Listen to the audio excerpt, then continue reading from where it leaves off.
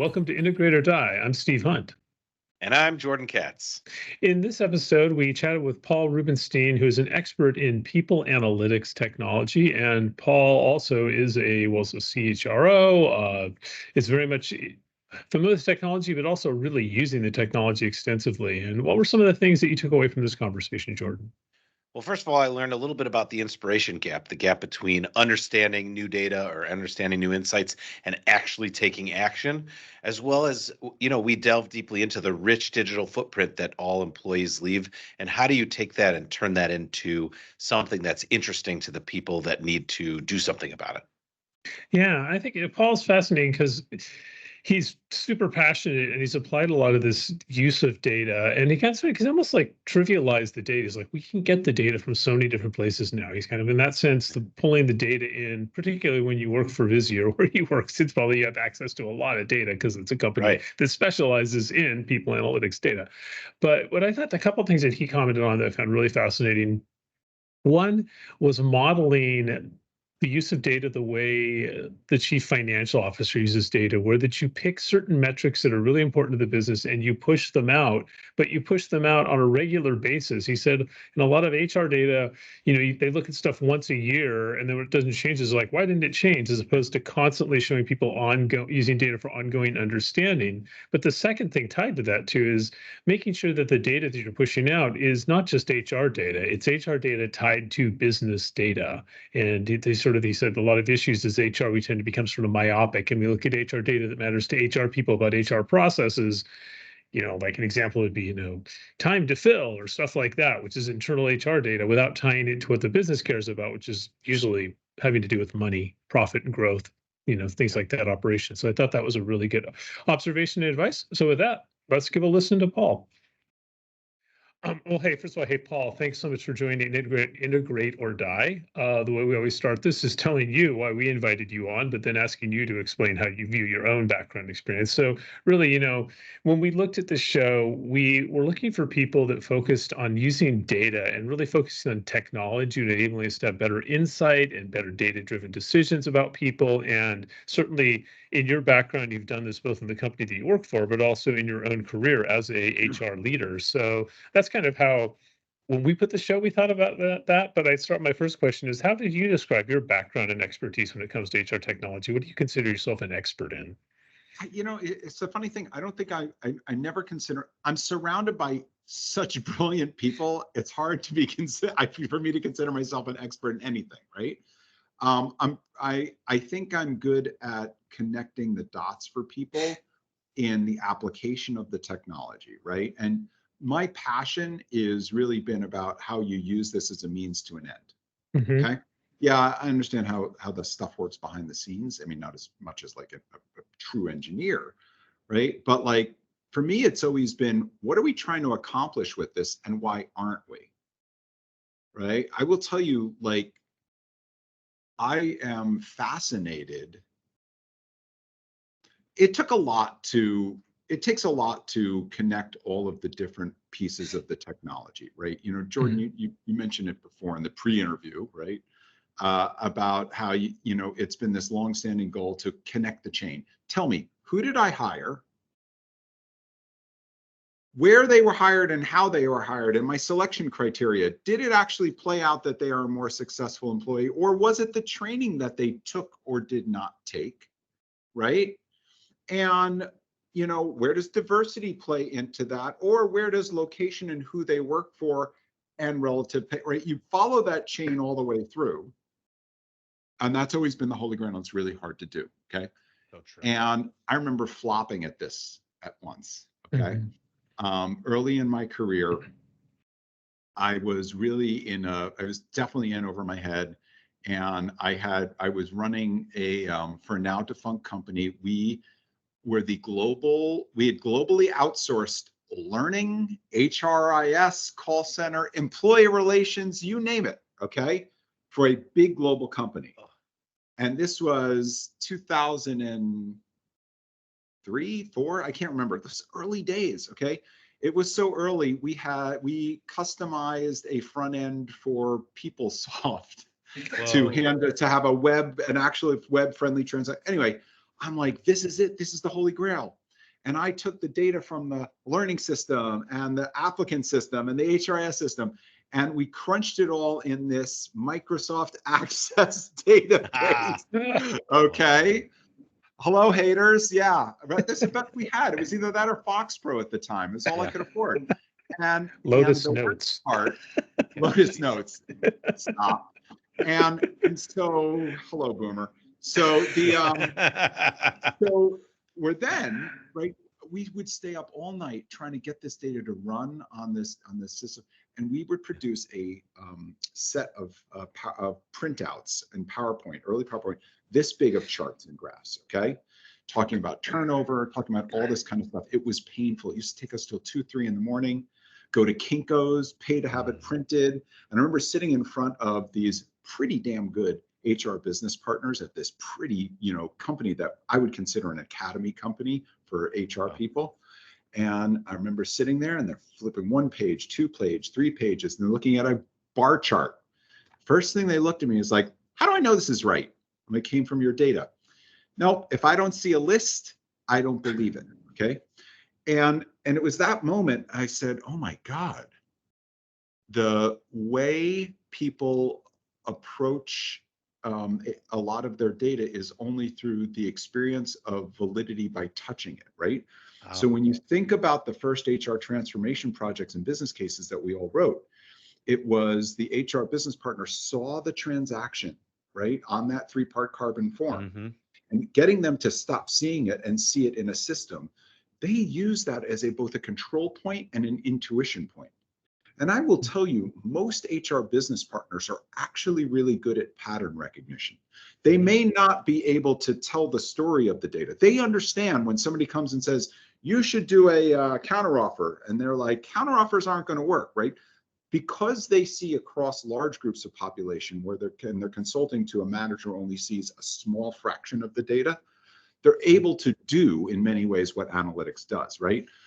But man, my lack of understanding and empathy for what it takes to crosswalk from the old way to the new way, to go from person analytics to trends. Yep. Big fail in front of that room. Back to the drawing board. Wow, it's fascinating you're talking to, because I remember with technology, with like HR technology, when I worked, like 15 years ago, a huge selling point was when you literally got the HR data to line up with the finance data. Or like stories where you'd implement this technology, and for the first time ever, the CFO would be like, "Oh, your numbers actually line up for me with how many employees we have in the workforce." Yeah. That HR didn't even know how many people were working there, which is like, seems like crazy. So I guess on this the first question. By the way, we've come a long way. Yes, See, we have. like, it's amazing, right? The technology is so much easier, cheaper, faster. Like, the dream is real now. It is. So let me start with the first question. It can be real, right? It can be real. Right. When you, as a person that's been in there with this data, when you think about existing technology and you're talking to different HR companies, what is, when it comes to analytics, technology, they're just like amazed people aren't using? You're like, why are you still doing it this way? Or they're like, when you look at systems out there that have had a really big impact that you think, how come everyone isn't using this? Is there anything that sort of stands out that you're like, hey, this exists, why aren't you using it now? Well, I think it is used, right, by different people in different ways. And I think they're like, can we forget about HR for just a second? Yeah, sure. I will tell you, the best P&L leaders, the best general managers, they sit there and they have some sort of rudimentary analytic tool. Might be Excel, might be whatever they got a license for from, right? And they are taking their finance data, they are taking their operational data, and they're squeezing whatever data they can from HR's hands, right? Because that's HR data. It's not business data, it's HR. Okay, well, we'll get to that in a minute. And they are doing that analytics, a lot of them, right? Because they aren't waiting for somebody else to handle, to show it to them, right? They understand they have to make people-based decisions. And this notion that people data is not business data is part of the challenge. This this hoarding of the people data, right? It's just not great, right? And there's, I see it, there's a couple of reasons, right? There's the culture of compliance and risk that has taken HR, and that what a lot of people think HR is supposed to be in charge of, right? But that world is changing, right? You cannot compliance yourself to greatness, right? We live in the age where the competitive difference between two companies is their ability to unlock talent, right? And make better people decisions. This is the age of the employee, right? And people data is business data.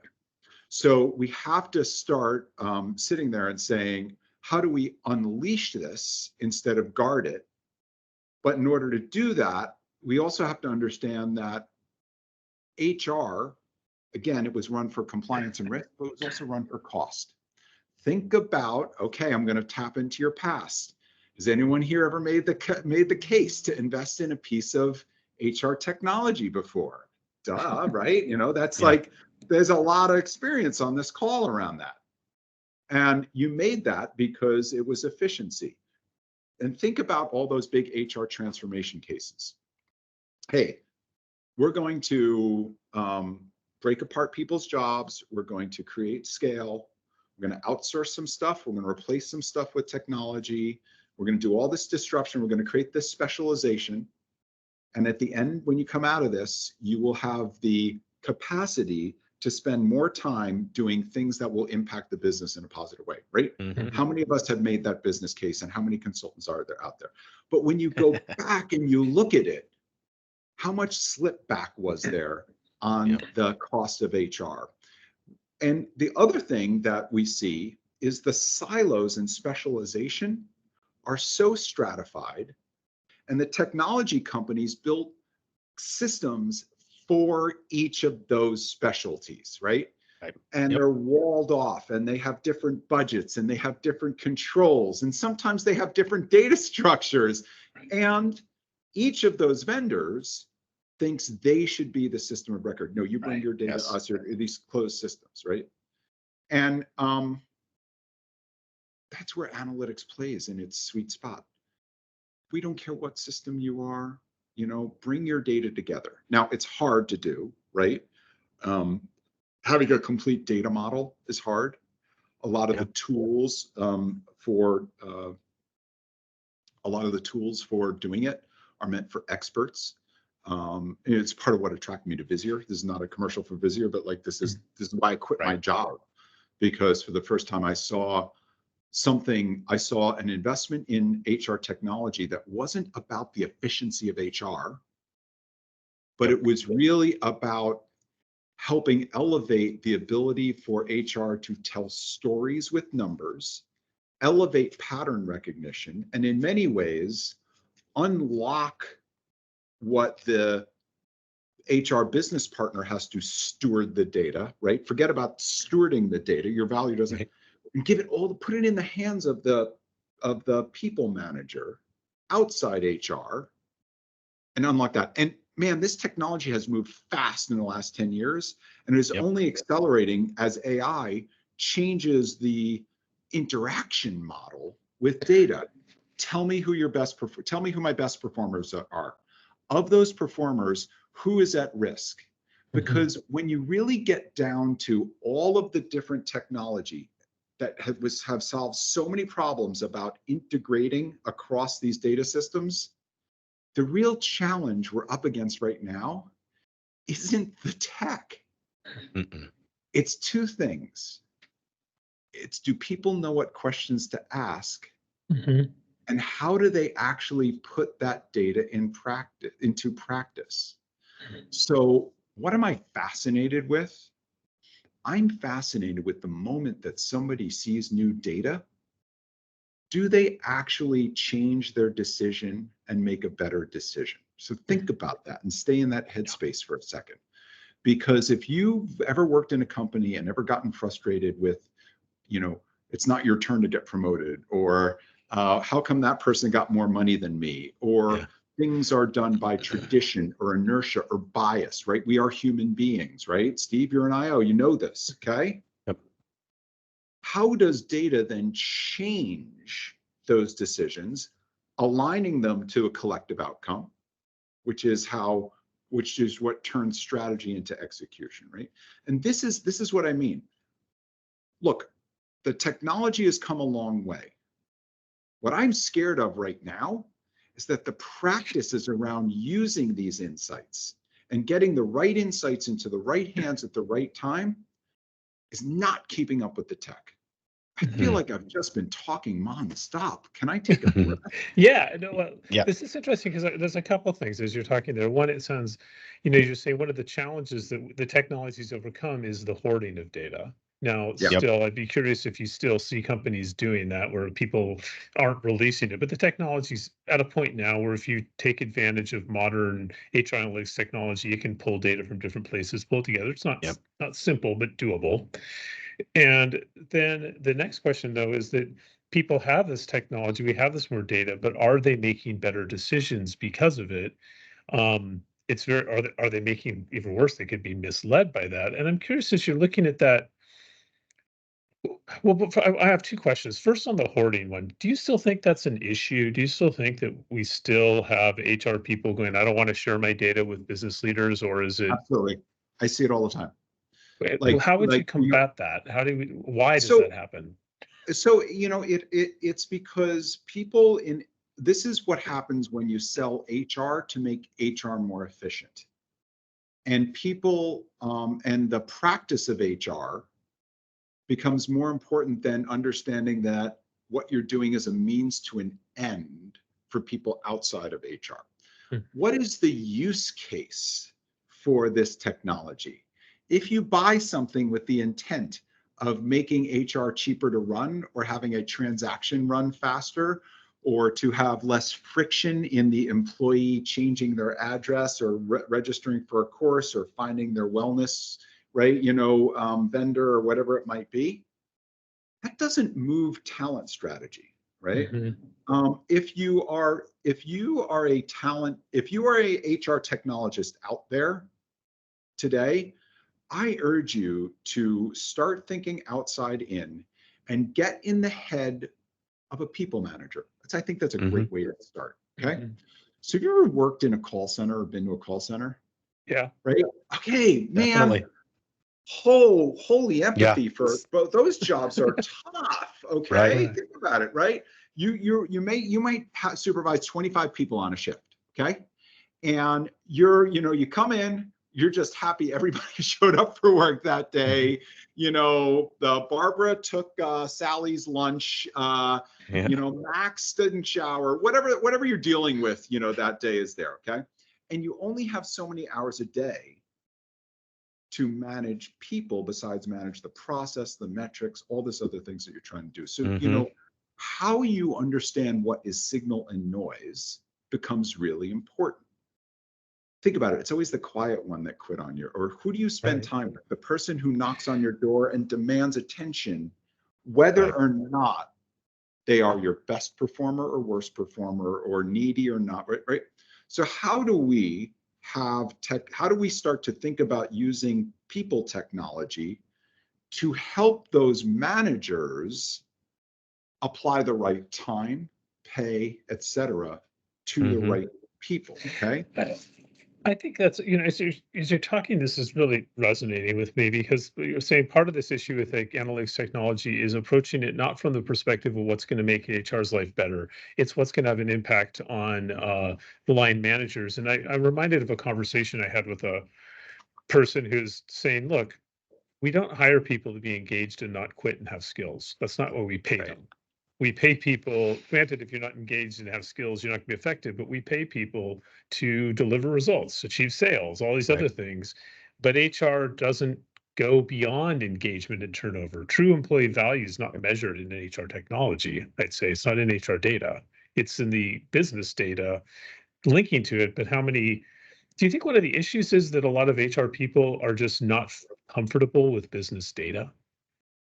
I maybe. I think Yeah. hoarding goes both ways, okay? Hmm. Because I see it, right? I see some really talented HR people who have trouble getting the business data into the combination with the HR system, right? It goes both ways. So when you think about productivity, okay, and pay, like that's what we're all going for. Performance ratings, you know, we can argue, get rid of performance ratings, continuous discussions, whatever. Man, I would love to see somebody's productivity data next to their compa ratio and compare across that, Sure. and then compare their performance rating, right? And so that's where you actually get a more holistic view, either both from, and that's where you get that intersection of what's interesting to the people manager and to HR. Like that's what you have to sort of think about. Like, what use case are you solving? If you only took the comp leaders, you know, the comp leaders' advice on this, right? It would all be about, you know, pay, and I need to I need to compare to benchmarks and across people, pay equity. But what about pay impact, right? And getting to a more objective view of performance. So that's where this starts to come together. I think that's great. Could talk about like having people look at it from these different perspectives, the HR perspective, the business perspective, and even within HR, you know, recruiting has a different perspective than comp and all that. But coming together, when you look at the technology, so one technology is much better for integration, but you're talking about the other issue is decision making. We have all of this data. Now we get it together. The concern is, are we making the right decision? How are you seeing current innovations? Because, you know, I think when analytics technology, there's always a challenge of pulling data from different places. But the next one you're talking about is making better decisions. Are there innovations that you're seeing that you're Yeah, excited about in this technology that's helping with that? it's innovations and it's mindset. Okay.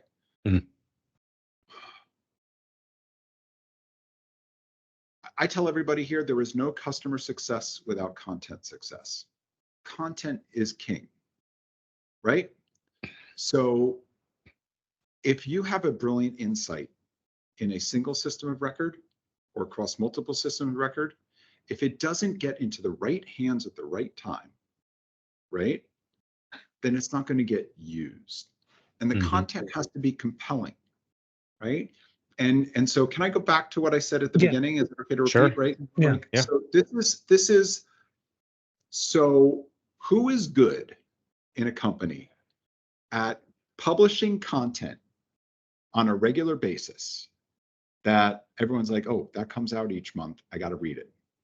And by the way, some of the things you read in this magical monthly thing, right? Some of it is about the whole company, and some of it is tailored specifically to you, right? To your area that you control. And you look at this thing, and it says to you, oh, look, all of my decisions got me to this point, and I better make a choice about my next set of decisions, whether it be about people, whether it be money, whether it be about how you spend your marketing dollars, where you're focusing your sales people, how you salespeople, how you split up your territories, whatever it is. Okay, that monthly rhythm, right? Somebody sat there and said, oh, first of all, I'm going to have the right cadence, right? I'm going to have a frequent reporting, right? Then they're also going to, and by the way, HR is geared more like a answer factory. We'll answer the questions when you come ask us, right? And part of the problem is HR data is a little bit slow. But if you don't, it's like the classic case of turnover. If I run into somebody's office and say, your turnover's up, they're like, this number, I've never seen this number before, right? So when you show them the boring number, when it isn't boring, it becomes the difference between signal and noise. Okay, so you have this notion of cadence, curating so that some of the content applies to all, but also making sure that some of the content is specific to the reader and user for their business problem. HR tends to bias towards sameness, right? You know, scale, efficiency, right? Content curation, right? Here's another thing. I know a function that doesn't just send you an Excel spreadsheet or a graph or chart. They write words around it, right? They give context to it. What is this magical function? This magical function is finance, all right? Like, think about it. What is the CFO good at? The CFO has mastered taking business strategy, turning it into a financial strategy, taking that and turning it into a set of numbers that every month, it creates a rhythm of reflection and correction. All of the decisions I made got me to this point. Here, my next decisions are going to get me to that point. Okay. What we're seeing in the best practice for customers, for HR functions right now for customers that are really borrowing from this method and shaping outcomes at scale is the CHRO is sitting there and saying, okay, you know what? Hey, everyone, this is important. And here is where your individual decision winds up in the collective trend. And I'm going to give it to you each month, each week. And by the way, if I'm really good at this, I'm not just going to talk about generic things. I may have a strategy around collectively where we want to wind up with female representation or turnover or location for whatever it might be. Okay. And I'm going to show you each month, right? I'm going to distribute this to you. And I'm not just going to distribute a chart and a graph. Because the first thing I know when I was a P&L leader and I saw a chart and graph come to the CFO, I was like, oh, I'm trying to figure out how I'm not in there, right? Yeah. But again, understanding that all of those points in a line, I am, being able to translate the points in a line into something, a meaningful, chart that says, here are your people and where they are in that line, right? So going from people analytics to person analytics, okay, that aligns me. Okay. And then, right, I'm going to go a step further. Okay. Because now I'm going to say some of the content, like I got to tell you, this is the trick with talent strategy. Sameness does not yield greatness when you're creating talent strategy. You've got to figure out and articulate the 20% of your workforce that is going to make 80% of the difference in the plan outcome that year. And you've got to focus your HR function to deliver content and insights to that sales team that has to have the blowout year, that factory where, overtime is trouble, that, whatever that micro unit is. Again, your employees are not like your childhood stuffed animals. You don't have to play with them all equally, right? Or they're going to feel bad, right? You need to make trade-offs and choices and understand you invest in each portfolio differently. So what does this really do? This means the modern head of HR is collapsing their distance to impact by saying, here is an overall talent strategy, and I can now remove optionality and variation in how people apply that talent strategy and unpack it at a granular level for them. And I don't have to now go through that telephone game of what's important in talent outcomes and the transparency around it by going, one chain is, through all those HR business partners. The other is like from the CEO to the to the senior vice president, the vice president, director, like HR initiatives have to travel those two paths to get to that person who actually makes a difference. But by curating content that is distributed broadly to everyone, that shows measures and connects those small decisions with the collective outcomes, the CHRO unlocks real execution of talent strategy. That's the future. Yeah. So go ahead, George. let me ask a quick question. Sorry, that was a lot. No, that's sorry, listeners. all the things that I also dream about on a daily basis as someone in the HR technology market. But what I've come up against for years and years and years, Capgemini, Gallup, Insight Partners, Qualtrics, now Simpler, is 50% of the time we're selling against competitors to win a deal at a potential client. Or maybe it's 60% of the time. 40% of the time, it's us against them doing nothing. And the reason it is, selling into HR against them, the HR folks deciding to do nothing, I think might be because there's a lack of understanding about how to use data, a gap in education around data strategy, like let's leave it for the IT people, where in reality, HR has been the custodians of the most sensitive data there is, right? And they've done a Employee good job. data, payroll data, HIPAA data, pandemic They've data, done right? a damn good job. The best. They've kept this. They almost have never been hacked, right? Like Experian hacked, hospitals hacked. Everybody, Yeah. HR does a great job of being responsible, ethical, moral, right? So my question is, how do we help elevate the skills or the abilities or the focus that the average HR person, from the HR business partner all the way up to the CHRO, how do we help elevate their understanding and passion for data and analytics and confidence for them to say to finance or IT or whoever, like, we need this data, send us this data. We are the OG boss data managers.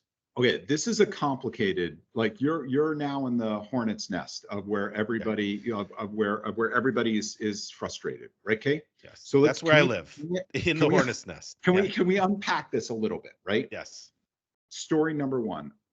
So 2 years ago, I told you all of my, speaking was on, how to use data like a CFO, how the CHRO collapses their distance to impact, how we write better talent strategy, and how people analytics aligns distributed decisions to a collective outcome.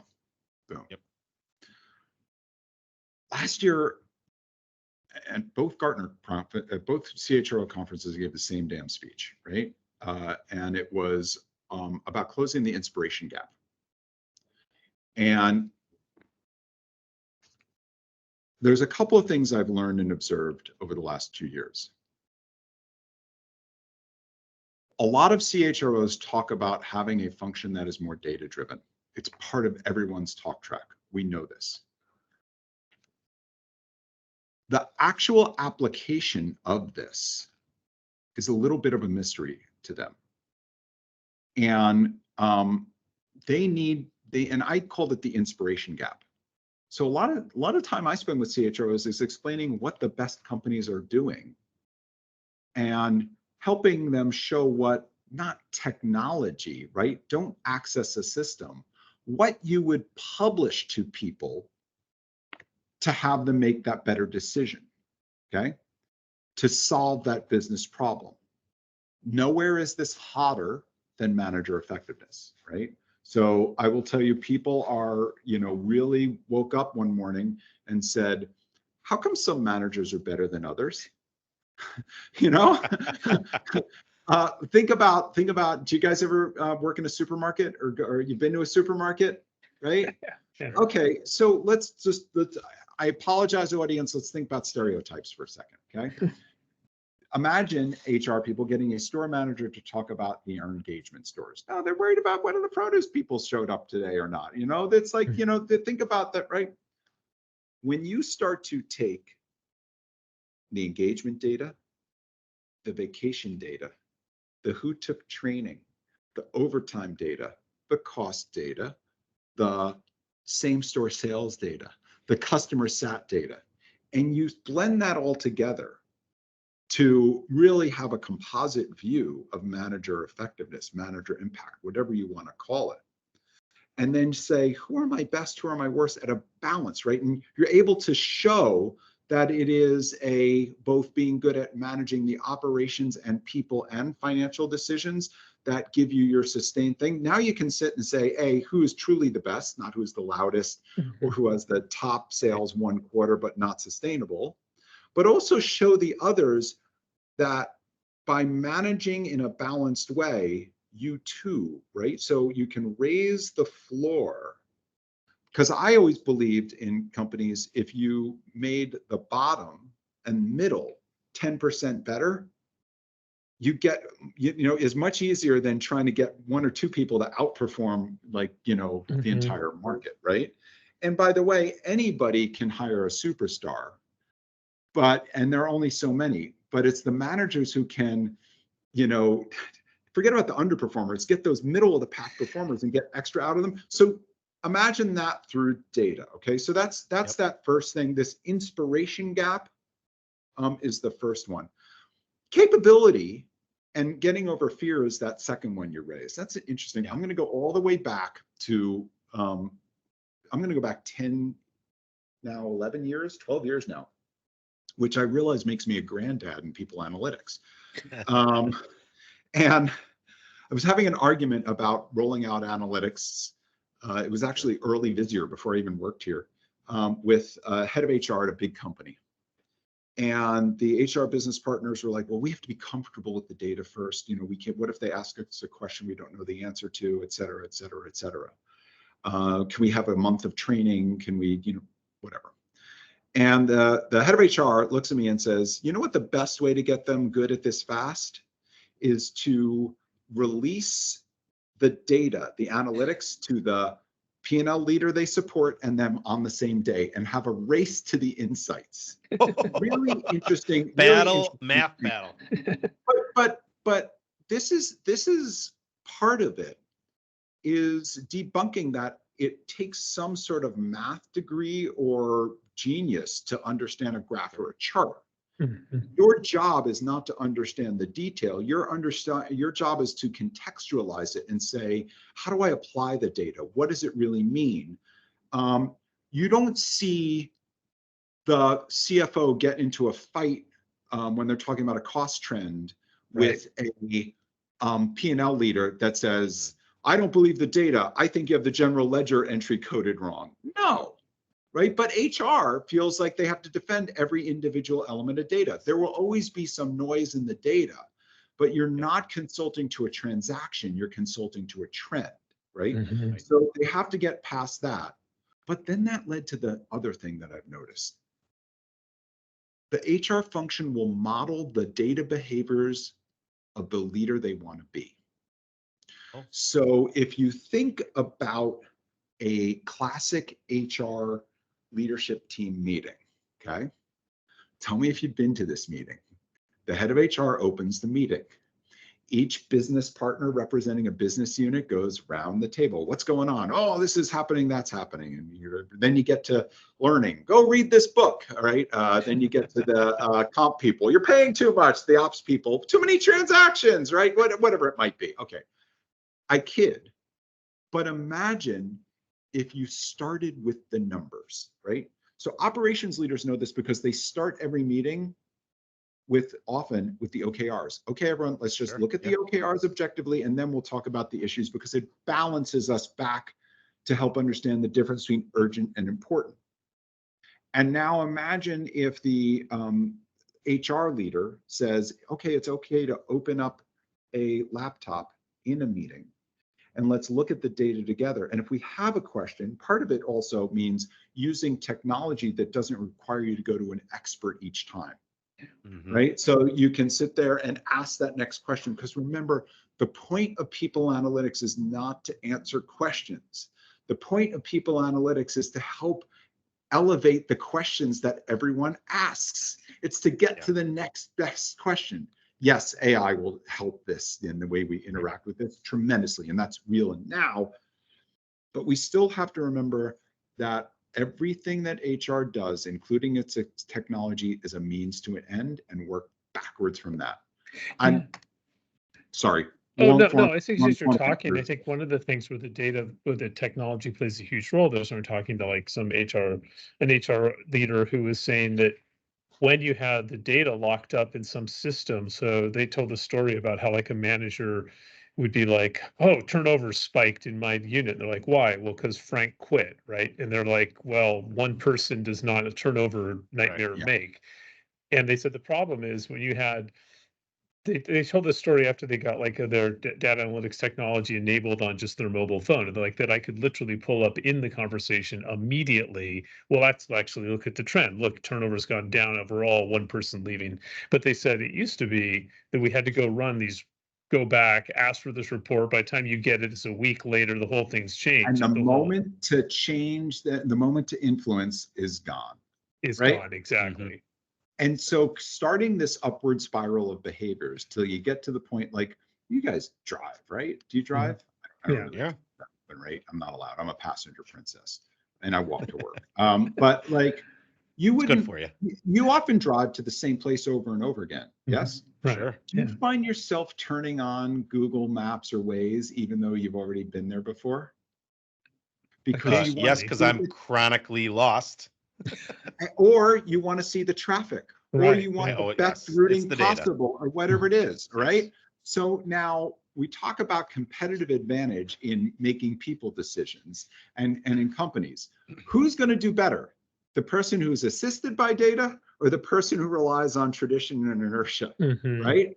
And the person who wants to make that people decision right then and there, they don't want to wait 2 weeks for it. And that's why it's not about HR stewarding the data. It's about HR working backwards to say, how do I make that data easy for somebody to understand and make better decisions when I'm not even there? Yeah, and I think as what I'm hearing so much in this conversation is using the technology to get more visibility in the data, but also picking data that is interesting. And if the data sparks a conversation, that's good. I remember somebody was telling me if we wanted to have quick pay equity, we'd make pay data completely transparent. We'd have equity in a short amount of time. There'd be some hard conversations, but it was an interesting example that just data by itself is a very powerful tool for driving conversation and decisions. So really thinking about what is the data, going back to your finance example, finance data, if people see profits going down, they look at it, they think about it. Well, there's HR data the same way. If turnover's going up or down, let people know. Don't wait till the end of the year, make it more visible ongoing. I, Yeah. I just want Yes. to ask one last question, though, kind of going back to technology, because you're like right on the forefront. You have access to like this technology sort of an insight way ahead of most people. You've probably seen. What is it that you are most excited about when you're kind of saying a lot of the issues you've talked about are not having data and insight, it's people's use of it. But are there anything specifically like with technology that you're really excited about saying this Oh, is yeah. going to make us to the next level? This is really cool. Two things. Like, I think there are two things that really excite me. AI. And I know that Yeah. sounds trite, right? I don't want to sound like one of these people on the AI background, but it's not like that Chat GPT help me help make it easier for me to find the policies Mhm. or help me write a better uh, uh, promotion letter to make Mhm. someone feel better. But it's removing all of the classic barriers to technology so that it becomes a plain language interface of exploring data, right? It's not quite Minority Report, right? Remember Tom Cruise with the Mhm. gloves? Yeah. Okay. Of course. But it is a little bit more like Hal, tell me who my top performers are. Yeah. Oh, which of those are at risk? Tell me why they're at risk, right? The speed to insight and the removal of having to be an expert with tools, that is a game changer, right? Mhm. And if you think about all of the time we spend creating answer factories in the HR function, can you run the report this way? Build me another Power BI view this way, Mhm. that way, right? And this thing, like some I've seen some analytics functions that have created things that are hard to sustain, especially if the headcount budgets go up or down, right? Really hard. Yeah. But imagine changing that. Here's the second one: the opening of tools and platforms for citizen developers to sit there and say, I don't need the providers, I don't need the consulting firms, I don't need deep expertise in IT. I can sit there and open up a set of tools and say, I need to append the HR data with the office attendance data. And I don't have to wait a week, a month, and make it a project. I can do it then and there, right? Data scientists do this on a workbench all day long Mhm. with, because they're good at writing code or working with specialized tools. But now these general tools and opening, it's a game changer, man. Yeah. And what this does is it changes the value curve once again and changes what top of license for a people analytics function or HR function is. If they, and changes the impact they could have. Yeah, and it's interesting because so much is about empowerment. You kind of coming back in again and again, giving people data, sharing data, being more willing to let people control data, to mess around, probably to make different decisions with it. The last the last question we've been asking in this show, and goes to this idea of integrate or die, the integrate, which is you when you look at there's people analytics technology that's enabling a lot of these things. But what about the other technologies? Are there some technology that you'd like would look at another company and go, God, I wish somebody would build this. If they would build this, it would make the technology I work with even more effective. It's just thing like a feature or functionality out there that you wish someone else would build. Yeah, I've been working on a skunkworks that takes your Apple Watch, and you know how it has the heart monitor? Hmm. Sure. What it does is it reverses it into something that shocks your body based on your performance rating. So if your performance goes down, productivity goes back. I'm kidding. Um, I'm God. I hope the audience has a sense of humor. Um, I do believe that the natural language interface is what I've been dreaming of for a Hmm. long time. And I have also, you talk about integrate. Hmm. I have always been a fan of network data and the richness of who we interact with and how we Yeah. spend our time, and holding up a mirror to that. Like what we've done with Workplace Dynamics, what Microsoft's done with Viva, and the way that that data intersects productivity, knowledge, helping people see a real org chart. Yeah. Man, I love that stuff. Like Yeah. where does knowledge really sit? Who interacts with who? This Look, I get it. We got a lot of systems. They aren't all perfectly integrated. Um, and by the way, in integration, sometimes done is better than perfect, because the Mhm. time value of the insight, people have to have some sort of an equation. Yep. But the rich digital footprint of us as an employee, it's there and it's never been better, right? The pandemic in many ways accelerated it. All of the tools, including the one we're talking on right now, has accelerated that. This rich digital footprint has the ability for us to make more objective decisions about people, for people to understand how they spend their time and their impact. It has the ability to unlock individual and organizational potential. It is a rich, rich day we live in. We can now, just like you talked about family medicine and understanding your whole health, your habits, let me monitor my sleep, my weight, my food, my exercise. Being able to do that same holistic view of work is going to help us all spend time better on more things that make more impact. It makes sure that we are managing our energy better. We're doing things that matter. It's going to give us better work lives and lives outside of work. And Yeah. Well, so here we are, man. It's here. So if I'm looking for a technology that really advances it all, it's one that helps people wake up and lose their fear of technology. That's the one that hasn't been invented. It's the one that helps unlock our minds to use this data, not hoard it.